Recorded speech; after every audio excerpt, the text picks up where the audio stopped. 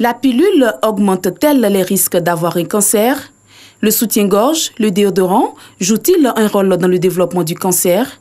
Certains fruits sont-ils anticancérigènes? Autant de questions suscitées pour entretenir le public sur le cancer du sein lors de la cérémonie officielle de la journée de mobilisation des médias contre le cancer du sein, JMMC. Cette journée, colorée tant par la qualité des invités, a enregistré la présence du vice-président Daniel Kablan-Duncan. Informé pour briser le mythe du cancer, elle est motive pour l'ONG Ecomédia qui entend vulgariser l'information sur ce fléau. Une femme sur deux en Côte d'Ivoire consulte tardivement. Il y a plus de 1000 décès qui sont occasionnés à cause du cancer du sein.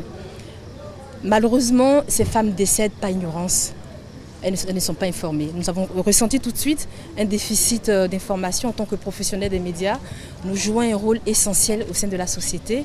Nous avons le devoir d'éduquer, de divertir, c'est vrai, mais surtout d'informer. C'est comme ça que nous avons pris notre bâton de pèlerin pour organiser ces journées de mobilisation des médias contre le cancer du sein, mais surtout pour sensibiliser les femmes au dépistage précoce. De 2000 à 2012, les statistiques sur le cancer en Côte d'Ivoire ont connu une hausse considérable. La prévalence est passée de 25 sur 100 000 à 36,6 sur 100 000 en 10 ans. À ce jour, on dénombre plus de 2000 cas par an, avec 54% de décès.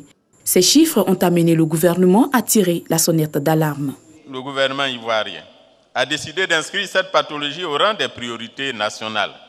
Ainsi, un programme national de lutte contre les cancers a été créé depuis 2008 pour la coordination des activités de dépistage des cancers et de leur traitement.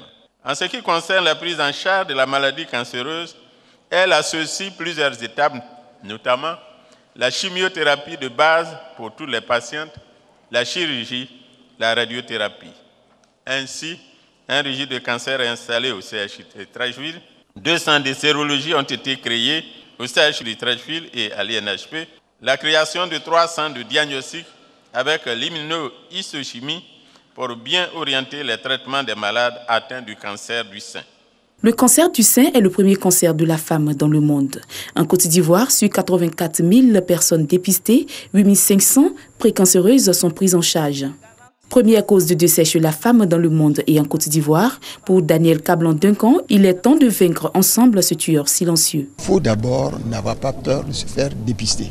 C'est ça le message fondamental qu'il faut indiquer. Et tous les cas qui sont des cas sociaux, qu'on les pose. Le ministre est là pour essayer donc d'aider à résoudre ces cas là-bas. On a même envoyé justement des cas même jusqu'en France. Pour ce faire, le gouvernement prévoit d'accroître la capacité des centres de prise en charge avec la création de nouveaux centres d'oncologie médicale. L'État de Côte d'Ivoire va construire un centre régional de référence de radiothérapie et d'oncologie médicale à Grand Bassam d'un coût de plus de 80 milliards de francs CFA. Il sera bâti sur une superficie d'environ 5 hectares avec une capacité d'accueil pour les hospitalisations de plus de 200 lits, 4 bunkers, 2 salles opératoires et des équipements de haut niveau pour le diagnostic précoce et la prise en charge complète de tous les cancers. La 3e édition de la journée de mobilisation des médias contre le cancer du sein se situe dans le cadre des activités de la plateforme dénommée Octobre Rose qui vise à mener des actions conjointes et concertées pour la lutte contre le cancer.